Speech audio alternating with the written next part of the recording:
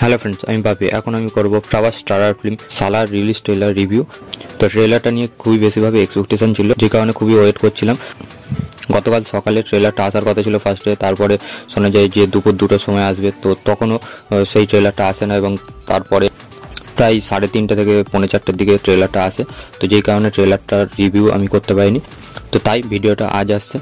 তো কেমন হলো এই ট্রেলারটা? তো ট্রেলারটা জাস্ট মাইন্ড ব্লোয়িং। ট্রেলারটার মধ্যে যেই লেভেলের আমরা স্কেল দেখতে পাচ্ছি, যেরকম অ্যাকশন, প্রভাসের যেরকম ডেডিকেশন, তাকে যেরকমভাবে প্রেজেন্ট করেছে, সেই সবগুলো তো টপ নচ লাগছে। এবং প্রাসাদ নীলের ইমাজিনেশন, সে যে এই সিনেমার মাস্টার মাইন্ড, সেটা এই ট্রেলারটার মধ্যে প্রমাণ করে দিচ্ছে। এছাড়া আরও একটা যেটা ভালো ব্যাপার এই ট্রেলারটার ক্ষেত্রে, যেটা হলো তারা ফার্স্ট যে ট্রেলারটা এনেছিল 4 মিনিটের প্রায় লেন্থের, সেই ট্রেলারটার মধ্যে জাস্ট আমরা খান স্যার সম্পর্কে জানতে পারছিলাম। সেখানে প্রভাসকে অনেক পরে বিল্ড আপ করেছে, সেখানে পৃথ্বীরাজকে বেশি স্পেস দিয়েছিল। সেটার একটা কারণ ছিল, কারণ খান স্যার সম্পর্কে একটা ধারণা জোগাচ্ছিল যে খান স্যার এলাকাটা কীরকম, সেখানে কি কি হচ্ছে, সেখানে প্রভাস কীভাবে পৌঁছাচ্ছে, কী কারণে পৌঁছাচ্ছে, এখানে দুজন বন্ধুত্ব কতটা স্ট্রং, সেসবগুলোকে বোঝাচ্ছিল। যেই কারণে সেই ট্রেলারের মধ্যে আমরা অ্যাকশন সিন খুব বেশি কিছু দেখতে পাই না, বা ভায়োলেন্স দেখতে পাই, কিন্তু সেই ট্রেলারে যেই সবগুলো মিসিং ছিল সেসবগুলো এই ট্রেলারের মধ্যে পুরোপুরি ফুলফিল করেছে। তো সেই কারণেই এই ট্রেলারটা প্রথম থেকেই অডিয়েন্সের সাথে কানেক্ট হয়ে যাবে, কারণ খান স্যার সম্পর্কে আমরা অলরেডি ফার্স্ট ট্রেলার ধারণা পেয়েছিলাম। তো সেই কারণে এখানে খান স্যার সম্পর্কে খুব একটা বেশি কিছু বলেনি। সেখানের মধ্যে কিছু রাজনীতি, কূটনীতি হচ্ছে। এই খান স্যারের রাজ করার জন্য রাজা মানারের ছেলেকে, বরদরাজ মানারকে মেরে ফেলার নানান রকম ষড়যন্ত্র হচ্ছে। তো সেটা অবভিয়াসলি কিছু পোস্টারে দেখানো হয়েছে। এই ট্রেলারের মধ্যে ভিলেনদের সেইভাবে স্পেস দেয়নি, পুরোপুরি পৃথ্বীরাজ এবং প্রভাসকেই বেশি ফোকাসে রেখে, অ্যাকশন সিনগুলোকে ফোকাসে রেখে ট্রেলারটাকে ডিজাইন করা হয়েছে। এবং এই ট্রেলারটার লেন্থও খুবই একটা কম নয়। ট্রেলারটার লেন্থ প্রায় 2 মিনিট 54 সেকেন্ডের, প্রায় 3 মিনিটই বলা যায়। তো সেখানেও গল্প সম্পর্কে খুব বেশি যে রিভিল করে দিচ্ছে এমনটাও নয়। যেহেতু দুটো ট্রেলার আমরা দেখেছি, তাই মনে হচ্ছে যে সিনেমাটার অনেক কিছু আমরা দেখে নিয়েছি।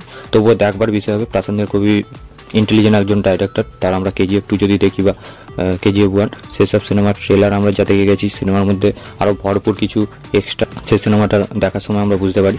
সে যেরকমভাবে ট্রেলার এডিটিং করে থাকে, সেই ট্রেলারের এডিটিং খুবই শার্প হয়, এবং এই ট্রেলারটাও খুবই ফাস্ট পেস এডিট করা হয়েছে। যেই কারণে সিনগুলো আমরা দেখলেও, অনেক কিছু সিন হচ্ছে দেখতে পেলেও, সেই সিনগুলো যে পুরোপুরি আমরা কোন কোন জায়গায় ফিট হবে সেই সবগুলো যে আন্দাজ করে নিতে পারছি, তেমনটা নয়।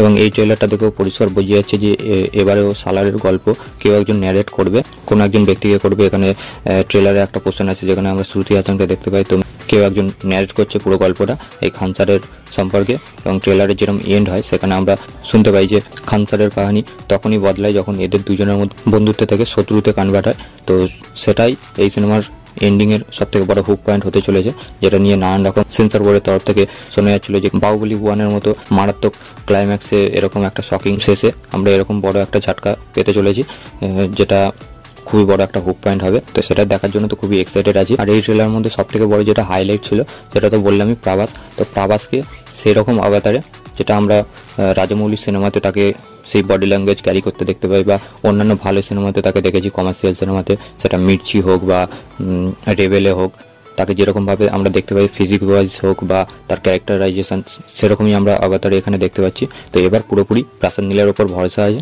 আশা করবো সে ডিসঅ্যাপয়েন্ট করবে না। এবং সে বিল্ড আপ খুবই দারুণভাবে দিয়ে থাকে। এখানে ট্রেলারটাকেও সেরকমভাবেই বিল্ড আপ দেওয়ার চেষ্টা করেছে। তো ট্রেলারটা আমি বলবো না খুব এক্সট্রাঅর্ডিনারি বেরিয়ে, কিন্তু এই ট্রেলারটা সত্যি এক্সাইটমেন্ট জায়গায় যে অডিয়েন্স একটা ভালো কিছু পেতে চলেছে। এবং শুধুমাত্র যে আমরা অ্যাকশন এই সিনেমার মধ্যে দেখতে পাবো, ভায়োলেন্স এই লেভেলে থাকবে, সেটা নয়। এই সিনেমার মধ্যে একটা স্টোরিও ডিমান্ড করে, যেটা প্রশান্ত নীলের আগের পার্ট দুটোতেও আমরা দেখতে পেয়েছি। এবং তার সিনেমার মধ্যে ইমোশনটা খুবই স্ট্রং হয়, যেটা আমরা KGF 1-এ দেখেছি, যে তার মায়ের সাথে রকি এবং রকির মায়ের যে ইমোশন, সেটা দারুণভাবে ওয়ার্ক করেছিল। যে কারণে চ্যাপ্টার 2টার মধ্যে তার মাকে অনেকে মিস করেছি, তা সত্ত্বেও সেই সিনেমাটা খুবই ভালো লেগেছিল।